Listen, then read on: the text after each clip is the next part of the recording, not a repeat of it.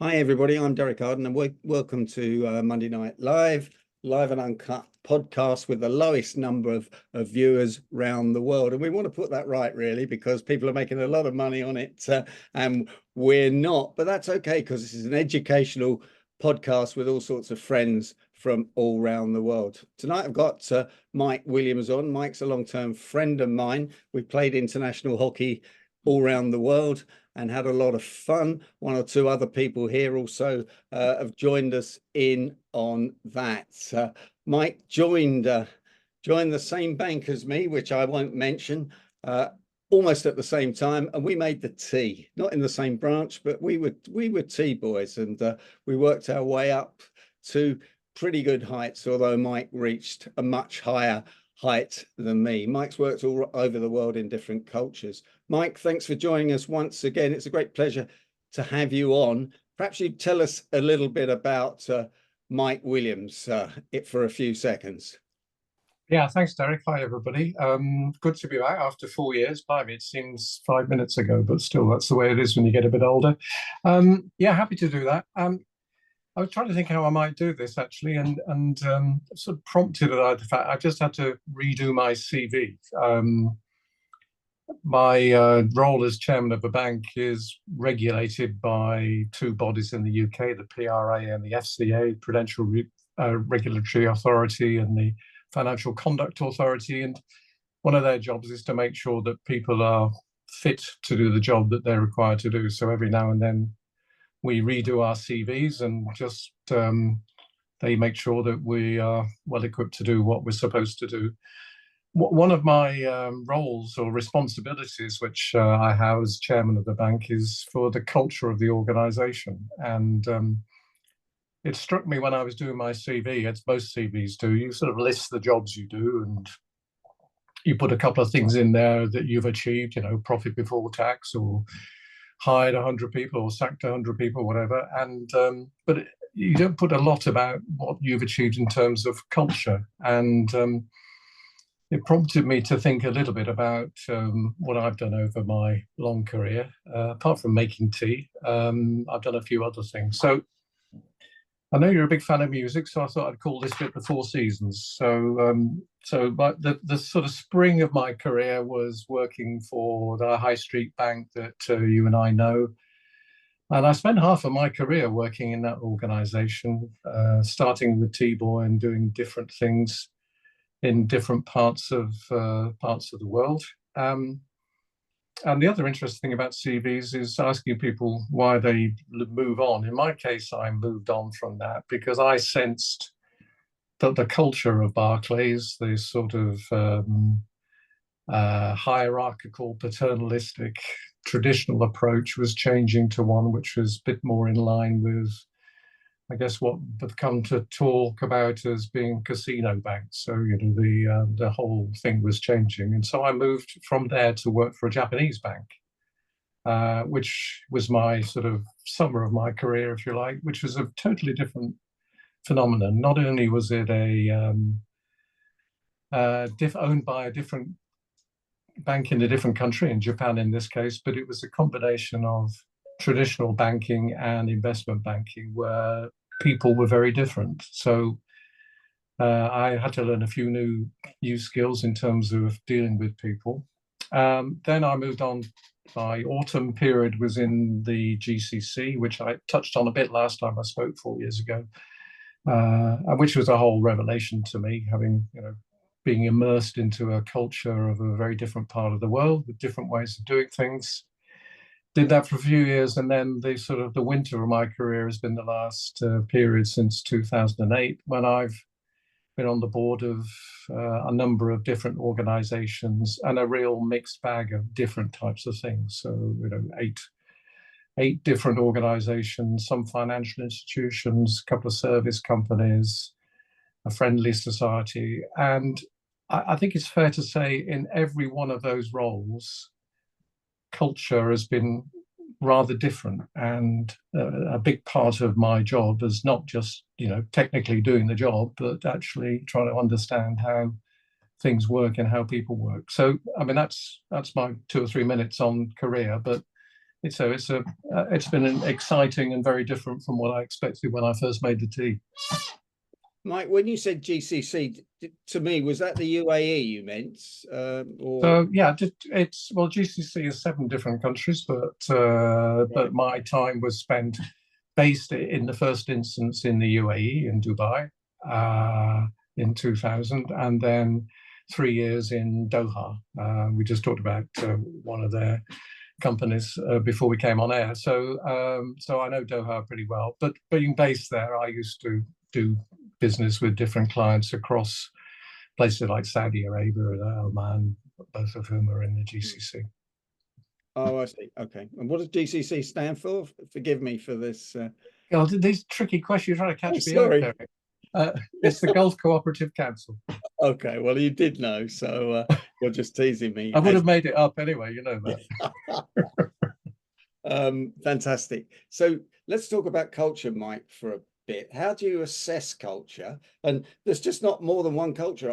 I even think there's a number of cultures in the UK, you know, Scottish culture, Welsh culture, nationalistic culture, all sorts of things, aren't there? Yeah, and there's no easy way of describing it. I mean, one of the challenges I have in my role is to measure the culture in our organization. You know, I'm responsible for it. You know, I can measure the bottom line, but how do you measure culture? So, you know, it's a sort of fairly nebulous thing, really. And, you know, in my case, we have a bank with a couple of offices. So, you know, I can measure culture by walking around and talking to people as much as anything.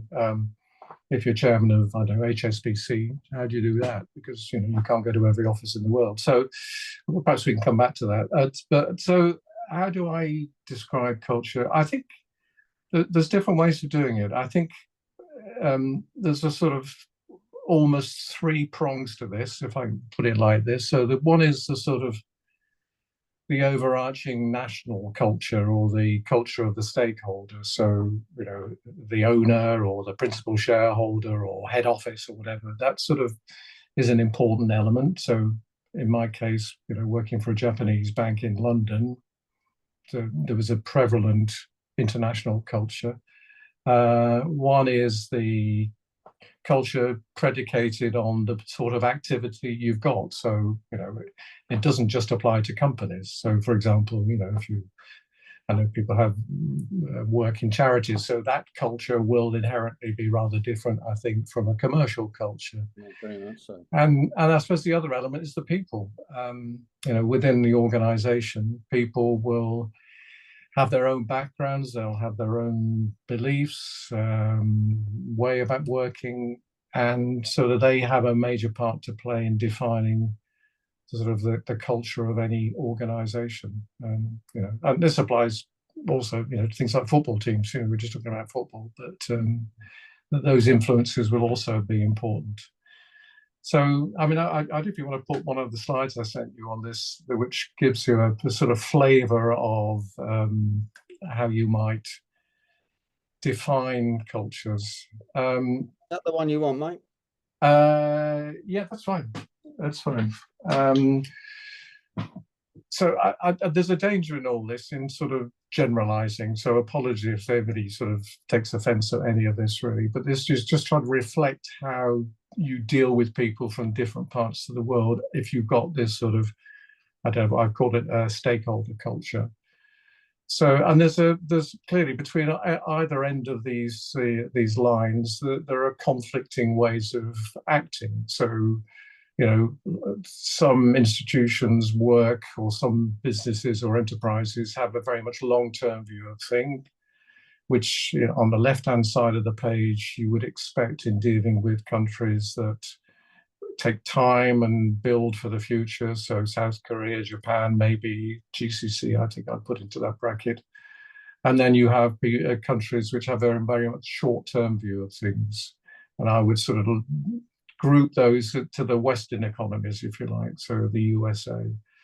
And then, you know, then you've got other approaches. So in the top left, you've got institutions that work in a very hierarchical way. So, all the decisions are made at head office, and people are not expected to stand up and be accountable for their own actions or take decisions. In fact, it's almost like being in the military. And again, from my experience, you saw that very much in Japan and in China, and I think also in India.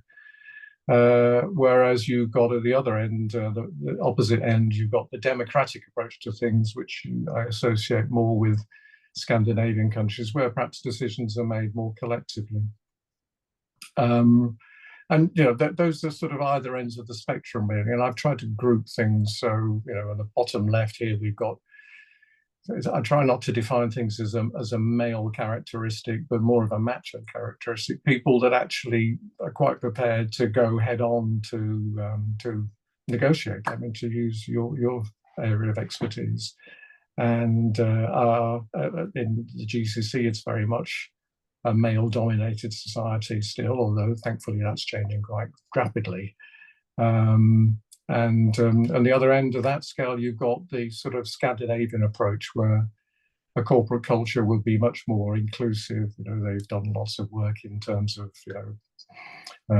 paternal leave and those sorts of areas. So that's the sort of overarching framework that I would see in terms of stakeholders. If you move on to the next slide, if you could please, Derek, then. I'll just stop that one and bring the next one. I see you got Denmark there, Mike, is separate. Is there any reason for that, or is that just? It's just from my experience. I've done some business there, and this is the way I've experienced people acting there. I mean, again, this is all a bit subjective. I haven't researched any of this. This is just my instinct of this, and people will have their own views on this. But it's as much as anything, it's just to draw the contrast between one end of the spectrum. If you go to work for a Japanese institution, or you're dealing with a Japanese negotiator, to put it in your context, you have to recognize that that individual will be operating within a hierarchy. Whereas at the other end of the spectrum, or take a slightly different example, if you're dealing with an individual, I use the USA as an example, which I did before, that very often the people there would be empowered to take a decision themselves, and so they're allowed to do that within the prevailing culture that they're operating in. Sure. Okay. And we'll put the next slide up now with a bit of luck, he says. And here we are. Yeah. Can everyone see that? Thumbs up if you can see that. It's about as big as we can get it. This is a slide that I found from Harvard, and it puts some interesting perspectives on it. Mike, do you want to walk through it, or should we do it? No, I will. It's sort of, so this tries to put the other dimension to, or one of the other three dimensions to it, the people aspect. So when you're dealing with, and again, this is generalizing, and apologies if this is offending anybody, it's not intended to, but it's just to say, if you're dealing with people, whether they're people within your organization, or if you're negotiating a contract, or just have any interpersonal dealings, then you can expect people, say at the top end of the chart, to be much more outgoing in terms of their response. And whereas in the bottom right of this, these are the poker players, if you like. These are the people that you would not expect them to express emotions if you're dealing with them, and maybe shy away from any confrontation. Where on the left-hand side, actually, confrontation is very much an important part of how people act. They would expect to challenge you or to be challenged themselves.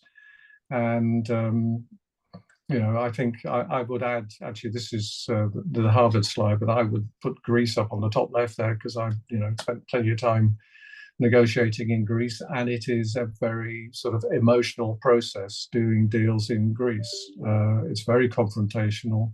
None of it's personal, it's just the way people deal with business, and so from a point of view of working within an organization, if you've got a mix of people, as you would hope to have, with different cultural backgrounds and different international backgrounds, certainly if you're working overseas, you have to try and understand that, for example, if you're working with predominantly subcontinental staff, Indian staff, for example, they are less likely to challenge you than somewhere else in the world. And the question is, the more you understand that, the easier it is to operate.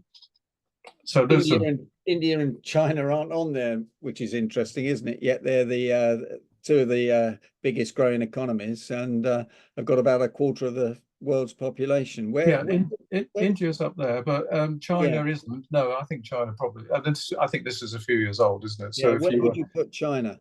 I'd put them sort of the bottom right, really. I think that I haven't had a huge amount of dealing in China, I have to say, but from instinctively, I would say, they have similar ways of acting as other people from that part of the world, Korea and Japan. But again, the danger is you take this too literally, because next thing you know, you're dealing with somebody who's got a totally different approach. But it's just part of what have I learned about operating in different cultures. As we said earlier, there's no way a single definition for any organizational culture, because it'll be a cocktail of stakeholder and people and overall values from their sort of corporate goals or their goals. And within this, this is simplistic. There's lots of other ways in which you can define and measure cultures, but these are sort of some of the elements that have struck me as I've gone about my career. And you must have had a lot of different organizational cultures as well. And clearly, when you took over as chairman of the bank at the moment, you had to get stuck into that, because the regulator would want answers from you quite quickly, I assume. Yes, and it's part of, we get a review every year, and I sit down with the regulator and we have a nice cozy chat about things, football and things like that, and occasionally get on to business. No, seriously, it's an important question. I mean, they are very, very interested in how you measure culture, how you can change things if you need to. And you're right. I think, even we're not a massive organization, but the overarching culture that we have, which we think is excellent, it'll differ department by department, because you've got a different mix of people, you've got different leadership skills, different levels of experience, and the key is to try and get the best out of all of that within the overall culture that we're seeking to achieve. Now, you also took on the chairmanship of a company of a friend of yours for about 15 years. And you talked to me about that sometimes, didn't you? That was even more challenging sometimes than being a bit away from the friendship part of it. Yeah, it's different, actually, and with hindsight, was it a good thing to do? Well, I think it might have been, but I, perhaps I'd go about things a bit differently now. Yes, I think it's people know it's a dangerous thing sometimes to combine friendship and business, isn't it? And this had its challenges, it worked well for a while, but it did strike me that the objectives of running a family business, or controlling a family business as the board is expected to do, are very different from, say, a regulated business, or where you're a listed company, for example, where you've got lots and lots of different shareholders. And family businesses are family businesses. The owners have every right to expect things done in a different way, which produces challenges sometimes. But yeah, I mean, you learn as you go along, don't you? I think, and we're still friends. I mean, that's the measure, I think. That's good. And presumably, he had all the shares, did he? So you were in a way more of a mentor, consultant, advisor. Yeah, I think actually, and if that was probably the most important part of the job. I one of the things I sort of try and do is that there's a very important piece called governance in a company. There are certain legal things you have to do, and certain things, in my case, you have to do for the regulator. And they still apply even to the smallest company. But the most important part of that role was mentorship. And actually, I've been able to continue to do that, but not in the official capacity. And that's a lot easier, actually. And one of the things I ask people, because I've lost my cool a few times in business, did you ever lose your cool in any of these jobs, or did you even lose it with Richard? Or are you as Um, calm as I think you might be? I don't think I've ever lost my cool on the. I mean, on the surface, I certainly haven't. I try not to. I think sometimes, inside you're feeling a bit differently, but I don't think it's particularly helpful. I tend to lose my cool in other environments. So, you've seen me lose my cool on the hockey pitch before now, I think. But and I certainly lost my cool at Wembley in the semi-final, Will. Um, but um, but not at work, no. Sure. And what do you define as the most successful thing you ever did? Apart from family and stuff, you mean work-wise? Um, I'm scoring a couple of goals on the hockey pitch. Yeah, uh, work. I think one of the things I'm most proud of is the role I had in Dubai, where I that was a sort of transformational role where I took over from a very experienced, very traditional CEO who was retiring, who'd been brought up and operated in a very hierarchical environment, and trying to build a culture where people accepted that they had a valid role to play in taking responsibility and making decisions, whereas people were reluctant to do that. They always thought it was my job. But, as CEO, you can't make every decision, can you? So over time, I was there for 5.5 years. We managed to change that a bit, a few new people here and there, and that's a clearer view of what we were trying to do, and actually helping people realize that they could do it. And actually, you played a part in some of this because you came out and did some training with you and Martin. I think you'll be able to pass on some of your thoughts on that. But it was a much different organization when I left. No credit to me, actually. Just we had a good group of people there. But I'm quite proud of that. Well, you got me out to Dubai a couple of times and once to Qatar, and I found them very different. I mean, thanks for putting me in a hotel which was where I couldn't get a beer in Qatar. That really did upset me more than anything, and I think I lost my cool on that one. But yeah, they were different considering they're not very far apart, are they, in geographical terms? No, Very no, culturally. no. I'm pretty sure I said this last time 4 years ago. That there is a danger, and I said it before about on those sort of charts on countries. You shouldn't generalize, and actually you do have to recognize, certainly in the Gulf, that each country is different, and so they should. I mean, you do the same here. Actually, you can't talk about Scotland as being identical to England, nor should you. Actually, it's exactly the same there. Sure. John's put a question in the box saying, with the Middle East Bank, how did Sharia law feature, and how did that change the culture? That's a good question, actually. It's well, I've worked for Islamic banks here rather than in the Gulf, funnily enough. Although quite a few banks in the Gulf are not Sharia based. They operate with an equivalent of English law or French law. But I know Islamic banking pretty well, really, and there is an element to culture which you have to take into account because you have to operate the organization in accordance with strict Sharia laws. So, no, we don't charge interest, or you can't finance gambling or pubs, or in some instances hotels. So that you operate within those rules.